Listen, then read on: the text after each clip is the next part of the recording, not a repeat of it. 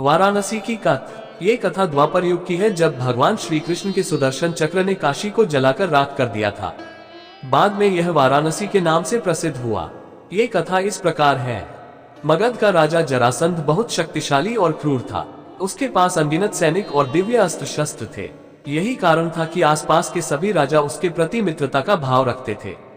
जरासंध की अस्ति और प्रस्ति नामक दो पुत्रियां थीं। उनका विवाह मथुरा के राजा कंस के साथ हुआ था। कंस अत्यंत पापी और दुष्ट राजा था। प्रजा को उसके अत्याचारों से बचाने के लिए भगवान श्री कृष्ण ने उसका वध कर दिया।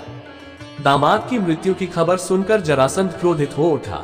प्रतिशोध की ज्वाला में जलते जरासंध ने कई बार मथुरा पर आक्रमण किया, किंतु हर बार श्री कृष्ण उसे पराजित कर जीवित छोड़ देते थे।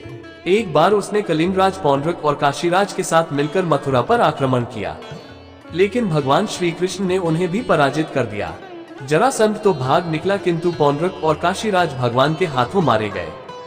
काशीराज के बाद उसका पुत्र काशीराज बना और श्री कृष्ण से बदला लेने का निश्चय किया। वह श्री कृष्ण की शक्ति जानता था, इसलिए उसने कठिन तपस्या कर भगवान शिव को प्रसन्न किया और उन्हें समाप्त करने का वर मांगा। भगवान शिव ने उसे कोई अन्य वर मांगने को कहा, किंतु वह अपनी मांग पर अड़ा रहा। तब शिव ने मंत्रों से एक भयंकर कृत्या बनाए और उसे देते हुए बोले, वत्स, तुम इसे जिस दिशा में जाने का आदेश दोगे, यह उसी दिशा में स्थित राज्य को जलाकर राख कर देगी।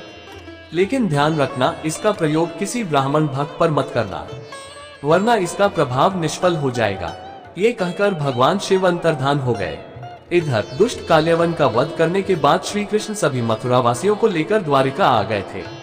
काशीराज ने श्री कृष्ण का वध करने के लिए कृत्या को द्वारिका की ओर भेजा। काशीराज को यह ज्ञान नहीं था कि भगवान श्री कृष्ण ब्राह्मण भक्त हैं, इसलिए द्वारिका पहुंचकर भी कृत्या उनका कुछ अहित न कर पाए। उल्टे श्री कृष्ण ने अपना सुदर्शन चक्र उसकी ओर चला दिया। सुदर्शन भयंकर अग्नि उगलते हुए कृत्या की ओर झपटा। प्राण संकट में देख कृत्या भयभीत होकर काशी की ओर भागी। सुदर्शन चक्र भी उसका पीछा करने लगा। काशी पहुंचकर सुदर्शन ने कृत्या को भस्म कर दिया, किंतु फिर भी उसका क्रोध शांत नहीं हुआ और उसने काशी को भस्म कर दिया। कालांतर में वारा और असी नामक दो नदियों के मध्य यह नगर पुनः बसा। वारा और असी नदियों के मध्य बसे होने के कारण इस नगर का नाम वाराणसी पड़ गया। इस प्रकार काशी का वाराणसी के रूप में पुनर्जन्म हुआ।